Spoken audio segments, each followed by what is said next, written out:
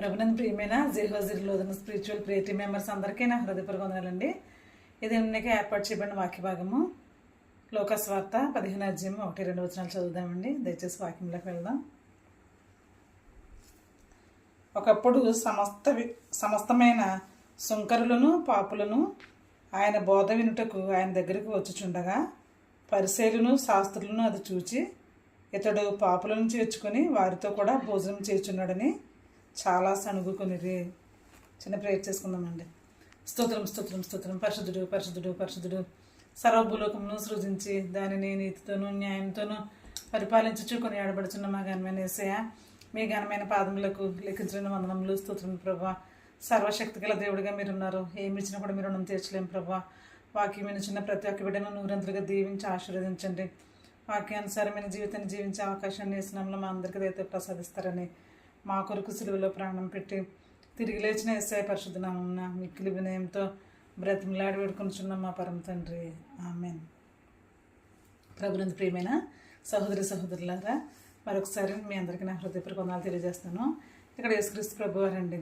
ఆయన సుంకరులతోనూ పాపులతోనూ ఆయన కలిసి భోజనం చేస్తున్న సందర్భంలో ఇక్కడ శాస్త్రులు పరిసయ్యులు ఆయన్ని ప్రశ్నిస్తున్నారనమాట. ఆయన గురించి చాలా సణుక్కుంటున్నారు. ఏంటినా సుంకరులతోనూ పాపులతోనూ కలిసి భోజనం చేస్తున్నాడు అని చెప్తున్నారు. ఎందుకంటే యూదుడు అనమాట అండి. యూదుడు అంటే చాలా ఇప్పుడు మనం రాజుల్ని ఏ విధంగా అయితే ఒక ప్రత్యేకంగా చూస్తామో, రాజులని క్యాస్ట్ ఉన్న వాళ్ళని ఏ విధంగా ప్రత్యేకంగా చూస్తామో అటు రీతిగానే యూదులు ఆనాటి దినాల్లో వాళ్ళు ప్రత్యేకింపబడినవారు అనమాట. వాళ్ళు ఏ యొక్క లో కేటగిరీ ఉన్న కులాలతో వాళ్ళు కలిసేవారు కాదు. అయితే నా ప్రియమైన సోదరులు, ఇక్కడ పరిసయ్యులు శాస్త్రులు ఏం చేస్తున్నారంటే ఆయన మీద సణుక్కుంటున్నారండి. సణుక్కుంటున్న సందర్భంలో యేసుక్రీస్తు ప్రభు వారు వాళ్ళ యొక్క సణుగుడు గోనుగుడు అంతా కూడా అర్థం చేసుకుని ఈయన పాపులతోనూ సుంకరులతోనూ కలిసి భోజనం చేస్తున్నాడు ఏంటనేసని వాళ్ళు సణుక్కుంటున్న సందర్భంలో యేసుక్రీస్తు ప్రభు వారు ఒక ఉపమానాన్ని ఎక్కడ చెప్పడం మనం చూస్తున్నామండి. వాళ్ళ సణుగుడికి ఆన్సర్గా ఈయన ఉపమానం చెప్పడం చూస్తున్నాం. అందులో మొదటగా ఏ ఉపమానం చెప్పారంటే, 100 గొర్రెలు ఉన్నప్పుడు 100 గొర్రెలు ఉన్న ఒక గొర్రెల కాపరి ఒక గొర్రె తప్పిపోయినప్పుడు ఆ గొర్రెని బాగా చక్కగా వెతికి తన భుజాల మీద వేసుకుని తీసుకురావడం, ఆ గొర్రెని చక్కగా స్వీకరించడం మనం చూస్తున్నాం. అట్టి విధంగానే ఒక నాణ్యం పోగొట్టుకున్న వెధవరాలు తన ఇల్లంతా ఊడ్చి ఆ యొక్క నాణ్యాన్ని కనుగొనడం, తర్వాత చక్కగా సంతోషించడం మనం చూస్తున్నామండి. అదేవిధంగా ఒక ఆయనకి, ఒక ధనవంతుడికి ఒక 2 కుమారులు ఉన్నారు. ఆ 2 కుమారుల్లో చిన్నవాడు ఆ తండ్రితో తండ్రితో గొడవపడి తన ఆస్తిలో సగం భాగం, తనకు వచ్చే వాటా అంతా కూడా సగం భాగం ఇవ్వమని తీసుకోవడం మనం చూస్తున్నాం. అయితే మామూలుగా అయితే మనం పరంగా అయితే మనం ఏంటంటే తల్లిదండ్రులు బ్రతికుండగా ఎవరు కూడా ఆస్తి అనేది పంచిపెట్టరండి. పంచిపెట్టుకోకుండా తల్లిదండ్రులు తనంతరమే పిల్లలకు చెందే విధంగా ఉంటుందన్నమాట. అయితే ఇక్కడ ఏంటంటే అందుకు భిన్నంగా ఈ యొక్క తప్పిపోయిన కుమారుడు తండ్రి బ్రతికుండగానే, తల్లిదండ్రులు బ్రతికుండగానే తనకు రావాల్సిన ఆస్తిలో భాగాన్ని ఇమ్మని గొడవ పట్టడం, ఆ యొక్క ఆస్తిని తీసుకువెళ్ళిపోయి చాలా ఫూలిష్నెస్గా ఆ యొక్క ఫ్రెండ్స్ తోటి భయంకరంగా పాపము అన్ని పనికిమాలిన పనులను చేయటం, ఆ ఆస్తి అంతా బాగొట్టేసుకోవడం. తర్వాత తన కుమారుడు ఆస్తిని పట్టుకుని వెళ్తున్నప్పుడు ఈ యొక్క తండ్రి కూడా ఆ మేడ పైనుంచి అయ్యో నా కుమారుడు వెళ్ళిపోతున్నాడు అనేసి చాలా బాధగా చూడటం మనం చూస్తున్నాం. నా ప్రియమైన సోదరులారా, చాలా బాధగా చూడటం మనం చూస్తున్నాం.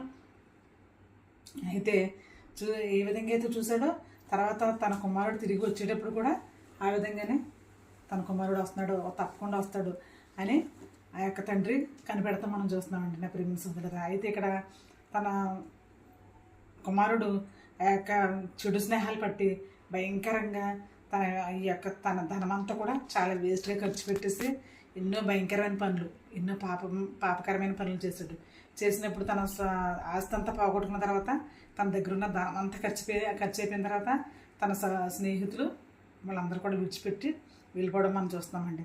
అయితే అతను తినడానికి కూడా ఏం లేనప్పుడు ఒక పందులు మేపి అతని దగ్గరికి వెళ్ళాడనమాట. వెళ్ళి నాకు ఏదైనా పని ఇవ్వండి అని చెప్పినప్పుడు ఆ పందులు మేపి ఆ పందుల యొక్క యజమాని ఏమంటాడంటే, అది అక్కడ పందులు ఉన్నాయి కదా, వాటిని సాయంత్రం వరకు వాటితో ఉండి సాయంత్రం వచ్చిన తర్వాత ఏదో కొంచెం నీకు ఆహారం ఇస్తానులే అని అంటున్నాడు. అయితే నా ప్రియమైన సోదరుడు, ఇక్కడ ఇతను చాలా ఆకలితో ఉండడం వల్ల ఆ పందులు తినే పొట్టు తినడానికి అతను చూస్తున్నాడండి. అయితే ఆ క్షణంలోనే ఈ యొక్క తప్పిపోయిన కుమారుడికి బుద్ధి వచ్చింది. బుద్ధి వచ్చి నా తండ్రి దగ్గరికి వెళ్ళి నేను ఈ విధంగా చెప్తాను, నా తండ్రితో అనేక మంది కూలీలు ఉంటారు, వాళ్ళందరూ కూడా ఎంతో సమృద్ధి అయిన ఆహారం ఉంది అని తను చెప్పుకుంటాడు అనమాట. నా తండ్రితో నేను ఏమి అపాలజీ ఏం చెప్పాలి, క్షమాపణ ఏ విధంగా చెప్పాలి అని అనుకుంటున్నాడు. నా ప్రేమ సహోదరులారా అనుకుని తండ్రితో ఏమేమైతే మాట్లాడాలో అదంతా కూడా ముందుగానే అతను మామూలుగా బైహార్ట్ చేస్తాడండి. చేసేసి తండ్రి నేను నీకును పరలోకానికి విరోధంగా పాపం చేశాను, నీ బిడ్డని అనిపించుకోవడానికి నాకు ఏ మాత్రం కూడా యోగ్యత లేదు, అయినప్పటికీ నేను మామూలు క్షమాపణగా నేను వచ్చాను, క్షమాపణ పొందుకునే అర్హత కూడా నా దగ్గర లేదు అని తండ్రిని అడగాలన్న ఉద్దేశంతో అదంతా కూడా నిర్ణయించుకుని లేచి బుద్ధి వచ్చి లేచి తండ్రి దగ్గరికి రావడం మనం చూస్తున్నామండి. అయితే తండ్రి ప్రేమ చూడండి. తండ్రి ఆ యొక్క దుర్వ్యాపారంగా తన ఆస్తి అంతా తీసుకుని మూట కట్టుకుని వెళ్ళిపోయిన సందర్భం నుంచి ఇప్పుడు తిరిగి వచ్చే సందర్భం వరకు కూడా తండ్రి చక్కగా ఎదురు చూస్తూనే ఉన్నాడండి. అతను ఎదురు చూస్తూనే ఉన్నాడు, అంత ప్రేమతో ఎదురు చూస్తూ ఉన్నాడు అనమాట. చూసి అంత దూరంలో ఉండి ఎంతో బికారిగా భిక్ష అడుక్కునే వాళ్ళగా అడుక్కునే అంత దీనస్థితిలో ఉండి జుట్టు అంతా మాసిపోయి గడ్డమంతా పెరిగిపోయి ఇంకా చిన్న వస్త్రం మాత్రమే ఉంచుకుని అలాగా వస్తున్నాడండి. వస్తున్నప్పుడు తన కుమారుడిని గుర్తుపెట్టాడు.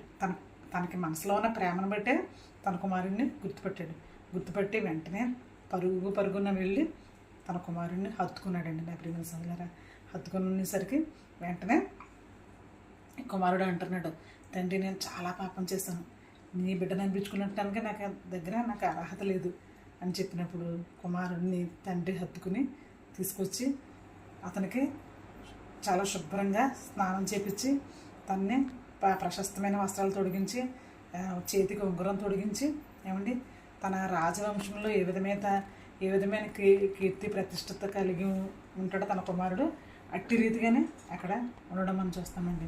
ఉంగరం అంటే రాజరికానికి గుర్తు, వస్త్రాలంటే చూడండి నీతి వస్త్రం అనేది దానికి గుర్తుగా తన కుమారుడికి ఇవన్నీ కూడా అలంకరణ చేసి ఒక చాలా చక్కటి విందును అక్కడ తయారు చేయడం మనం చూస్తాం. చక్కటి విందు చేసి తప్పిపోయిన నా కుమారుడు వచ్చాడు, చనిపోయిన కుమారుడు బ్రతికాడు అని ఆ యొక్క సంతోషం అంతా కూడా వాళ్ళందరితోనూ షేర్ చేసుకున్నాడండి ఇక తండ్రి. అంటే నాకు ప్రియమైన సోదరులారా, ఇక్కడ దీనికి అర్థం ఏంటంటే ఈ శాస్త్రులు పరిచయులు వీళ్ళందరూ కూడా చాలా సనుక్కున్నారు. యేసుక్రీస్తు ప్రభువారు పేదలతో స్నేహం చేస్తున్నాడు, తర్వాత పాపుల మధ్య నిలబడి భోజనం చేస్తున్నాడు అని చెప్పి చాలా సనుక్కున్నారు. కానీ ఇక్కడ యేసుక్రీస్తు ప్రభువారు చెప్తున్నారు, ఎవరైనా పాపంలో పడినప్పుడు నిజంగా రోగికే వైద్యుడు అవసరం అండి, అంతే తప్ప ఆరోగ్యవంతుడికి వైద్యుడు అవసరం లేదు కదండి. మనం నీరసంగా ఉంటేనే మనకి ఏదైనా హెల్త్ బాగోపోతేనే వెంటనే మనం ట్యాబ్లెట్ తీసుకోవడం కానీ అలా చేస్తాము, అంతే తప్ప ఆరోగ్యవంతుడికి ట్యాబ్లెట్ అవసరం లేదు. ఏమండి అంతా తెలిసిన అంతా ప్రశస్తమైన పుణ్యాత్ముడికి ఏమండి ఒక రక్షణ అనేది అవసరం లేదు. కానీ మనం ఈ లోకంలో పుట్టామండి, మా లోకంలో ప్రతిదీ క్షణం కూడా మనం అనిత్యము పాపంలో పడిపోతున్నాం అండి, నిలువెల్ల పాపాలు చేస్తున్నాం మనం. అందుకే మన యొక్క భయంకరమైన పాపాలని నివృత్తి చేసుకోవాలంటే తప్పకుండా మనం ఒక ప్రశస్తమైన కార్యం ఇక్కడ జరగవలసి ఉందండి. అందుకే మన క్రీస్తు ప్రభువారు తండ్రి అయిన దేవుడు మనల్ని ప్రేమించి మనం నరకంలోకి పోవడం ఇష్టం లేక మన పాపానికి వచ్చే జీతం మరణం. నా ప్రియమైన సోదరులారా, పాపానికి వచ్చే జీతం మరణం. ఆ మరణం పొందటం మనల్ని పుట్టించిన దేవుడు మనల్ని మరణానికి అప్పగించడం ఇష్టం లేక తన కుమారుని ఈ లోకానికి పంపించడం మనం చూస్తామండి. ఆయన తను వ్యక్తిగా చేసుకుని ఈ లోకానికి రావటం, మన అందరి పాపాలు ఆయన మీద వేసుకుని ఆయన గొర్రె పిల్లవల్లే ఆ యొక్క భయంకరమైన సిలువ మరణాన్ని ఆయన పొందటం మనం చూస్తున్నాం. చూడండి ఇక్కడ యేసుక్రీస్తు ప్రభువారు సిలువ మరణం పొందినప్పుడు ఏమండి ఆయన శిష్యులు ఆయన విడిచిపెట్టి వెళ్ళిపోయారండి. నా ప్రియమైన సోదరులారా, ఆయన తల్లి కూడా దూరంలో నిలబడి ఆ యొక్క పరిచయులకి శాస్త్రులకి ఆ యొక్క యోధ మత పెద్దలకి వీళ్ళందరికీ భయపడిపోయి దూరంగా నిలబడి ఆ కుమారుని యొక్క బాధలన్నీ కూడా తను చూస్తుంది. అయితే శిష్యులు దూరంగా వెళ్ళిపోవడం మనం చూస్తున్నాం. రోజు సూచక్రియలు మహత్కార్యాలు అనుభవించిన వారందరూ కూడా వెళ్ళిపోవడం మనం చూస్తాం. అయితే ఆయనతో పాటు సిలువేయబడ్డ దొంగ, కుడివైపున ఉన్న దొంగ మాత్రం యేసుక్రీస్తు ప్రభువారు నిజమైన రక్షకుడని తెలుసుకున్నాడండి. ఆ ఎడం వైపున ఉన్న దొంగ యేసుక్రీస్తు ప్రభువారిని దూషిస్తున్న సందర్భంలో ఆ కుడివైపున ఉన్న దొంగ అంటున్నాడు, ఏంటి ఆయన మహాదేవుడై ఉన్నాడు, దేవుని కుమారుడై ఉన్నాడు, ఆయన పరిశుద్ధుడై ఉన్నాడు, మన కొరకు మనం చేసిన పాపాల కోసం ఆయన ఆ సిలువ మీద ఉన్నాడు. మనమైతే భయంకరమైన చేసిన పాపానికి ఈ విధంగా సిలువ మీద మనం ఉన్నాం. మనకే అర్హత, ఈ యొక్క శిక్షకు మనం అర్హులు. కానీ ఆయన ఏ పాపము చేయలేదు. ఆయన నీతిమంతుడై ఉండి కూడా మనతో సమానంగా సిలువ వేయబట్టం మనం చూస్తున్నాం. అని తన తప్పు తాను తెలుసుకున్నప్పుడు వెంటనే యేసుక్రీస్తు ప్రభు వారు ఆ యొక్క భయంకరమైన గాయాలతో తన వైపు చూసి ఇలా చూసి, నేడు నీవు నాతో కూడా పరదేశంలో ఉందని చెప్పడం మనం చూస్తున్నామండి. అలాంటి గట్టి భరోసా ఇవ్వడం మనం చూస్తున్నాం. నా ప్రియమైన సహోదరా, మన పాపం బిడ్డతో మనం ముందు తెలుసుకోవాలండి. మన పాపలు మన సంగతి తెలుసుకున్నప్పుడు మనకి రక్షణ భాగ్యం కోసం వెతుక్కుంటాం. అంటే మనం ప్రార్థనకి ఎందుకు వెళ్తామంటే తప్పకుండా దేవుని యొక్క సన్నిధిలో మనం కూర్చుని మనకున్న భయంకరమైన పాపాలన్నీ కూడా ఆయన సన్నిధిలో విడిచిపెట్టేసి నూతనమైన జీవితం జీవించడానికి, ప్రశస్తమైన యొక్క పరలోక భాగ్యాన్ని మనం అనుభవించడానికి మనం ఈ ప్రార్థన అనేది మనకు అవసరం అండి. అంతే తప్ప నేను చాలా పరిశుద్ధురాలని, నేను చాలా పవిత్రురాలని అన్నప్పుడు మనకి ప్రార్థనతో ఈ ఆదివారంతో మనకి ఏమీ సంబంధం లేదండి నా ప్రియమైన సోదరులారా. అందుకే మనం ఏంటంటే అందరూ పాపం చేస్తే దేవుడు అనుగ్రహించు మహిమను పొందలేకపోతున్నారు. ఏ భేదము లేదు, అందరూ పాపం చేసి దేవుడు అనుగ్రహించి మహిమను పొందలేకపోతున్నారు. అంటే మనం దేవుని యొక్క మహిమను, మా కృపను మనం పొందలేకపోతున్నాం కనుకే యేసుక్రీస్తు ప్రభు వారు ఈ లోకానికి రావడం జరిగిందండి నా ప్రియమైన సోదరులారా. చూడండి, క్రైస్తవ బిడ్డలైన వారు తమ్ము చాలా చక్కగా రక్షించుకోవాలండి. ఎందుకంటే చూడండి, ఆయన ప్రవీణ్ పగడాల గారు, ఆయనకి ఎంతో వాక్చాతుర్యం ఉందండి. అన్ని యొక్క మత గ్రంథాలను క్షుణ్ణంగా ఆయన పరిశోధన చేశాడు. తర్వాత ఎంతో మంచి డిబేట్స్లో ఆయన పాల్పొందులు పంచుకున్నాడు. ఎంతో చక్కటి సువార్తను ఆయన ప్రకటించారు నా ప్రియమైన సోదరులారా. ఆయన ఎంతో మంచి కుటుంబాన్ని కలిగి ఉన్నారు అండి. అనేక మంది పేద బిడ్డలను ఆయన చదివించడం, వాళ్ళందరికీ ఎంతో మంచి లైఫ్ని ఆయన ఇవ్వటం మనం చూస్తున్నాం. అయితే ఆయన చూడండి, యేసుక్రీస్తు ప్రభు వారు కూడా తన యొక్క రక్షణ కార్యం కంప్లీట్ అయ్యే గడియ వరకు కూడా తను ఎంతగానో భద్రంగా కాపాడుకున్నారండి నా ప్రియమైన సోదరులారా. ఆయన దేవుని కుమారుడే ఉన్నాడు, అట్ ద సేమ్ టైం ఆయన మనిషి కుమారుడిగా యేసుక్రీస్తు ప్రభు వారు ఈ లోకానికి వచ్చారు. వచ్చినప్పుడు చాలాసార్లు మధ్యలో ఏమండి పరిసయ్యులు, శాస్త్రులు ఇవన్నీ అస్తమాను కూడా చంపాలని ప్రయత్నం చేశారు. తర్వాత దేవాలయంలో ఆయన అలా చేసినప్పుడు ఈయన పడద్రోయాలని చూశారు. అప్పుడు యేసుక్రీస్తు ప్రభు వారిని చంపాలని, ఈయన రాళ్ళతో కొట్టాలని ఇవన్నీ కూడా వాళ్ళు ప్లాన్ చేసుకుంటూ ఉండేవారు. కానీ యేసుక్రీస్తు ప్రభు వారు చాలా తెలివిగా అవన్నీ తప్పించుకుని శిలువ మరణం వరకు కూడా తాను రక్షించుకున్నారు. అట్ ద సేమ్ టైం ఆయన చక్కటి సువార్తను కంప్లీట్గా ఫుల్ఫిల్గా చేశారు నా ప్రియమైన సోదరులారా. నాతో పాటు సేవకులందరికీ నేను చెప్పేది ఏంటంటే తప్పకుండా ఏం చేయాలంటే మనల్ని మనం కాపాడుకోవాలి. యేసుక్రీస్తు ప్రభు వారు చెప్పారు, పాముల వలె కుయుక్తిగాను, పావురముల వలె నిష్కల్మషంగాను నిష్కపటంగాను ఉండాలంట.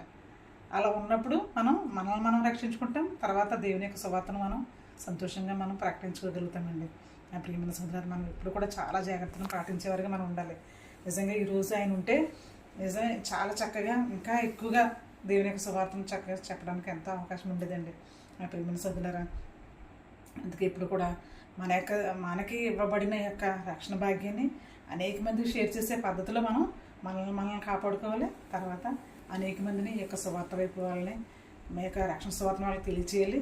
పాపులు మన సంగతులని ఒప్పుకునే విధంగా ఈ యొక్క సువార్తే వాళ్ళ యొక్క దేవుని యొక్క వాక్యమే వాళ్ళ కృపాసత్య సంపూర్ణుడిగా వారి మధ్యలో నివసించి వాళ్ళే మేము పాపులు మన సంగతి ఒప్పుకుంటారండి. ఒప్పుకుని దేవుడే చేస్తాడు అదంతా కూడా, ఆ క్రియ అంతా కూడా దేవుడే చేసి అప్పుడు మేము పాపులు మన ఒప్పుకుంటారు. తర్వాత వాళ్ళు పరలోక రాజ్య భాగ్యం కోసం వాళ్ళు బాప్తిస్మం ఇమ్మని అడుగుతారు.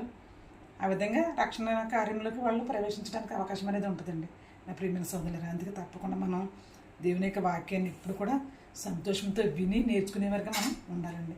తర్వాత ఆ వాక్యాన్ని అనేక మందికి మనం చాటి చెప్పేవారుగా ఉండాలి నా ప్రియమైన సోదరులారా. వాక్యం వింటనే మనము అనేక మందికి వెలుగుగా జీవించే భాగ్యాన్ని దేవుడు మనకు ప్రసాదించాలని ఏమండి. తప్పైన కుమారుణ్ణి ఏ విధంగా అయితే తన తప్పు తెలుసుకుని తండ్రి దగ్గరికి వచ్చి పాపక్షమాపణ పొందుకుని దేవుని యొక్క కుటుంబంలో జాయిన్ అయ్యాడో అటు రీతిగా మన పాపాన్ని మనం విడిచిపెట్టి దేవుని యొక్క కుటుంబంలో ఒక మంచి సభ్యులుగా ఉండే భాగ్యాన్ని మన అందరికీ దేవుడు కలిగించి ఆయురారోగ్యాలతో సుఖ సంతోషాలతో ఆత్మీయమైన జ్ఞానంతో మనల్ని అందరినీ దీవించి ఆశీర్వదించి ఫలింపచేసి ఆశీర్వదించిన గాక. ఆమేన్.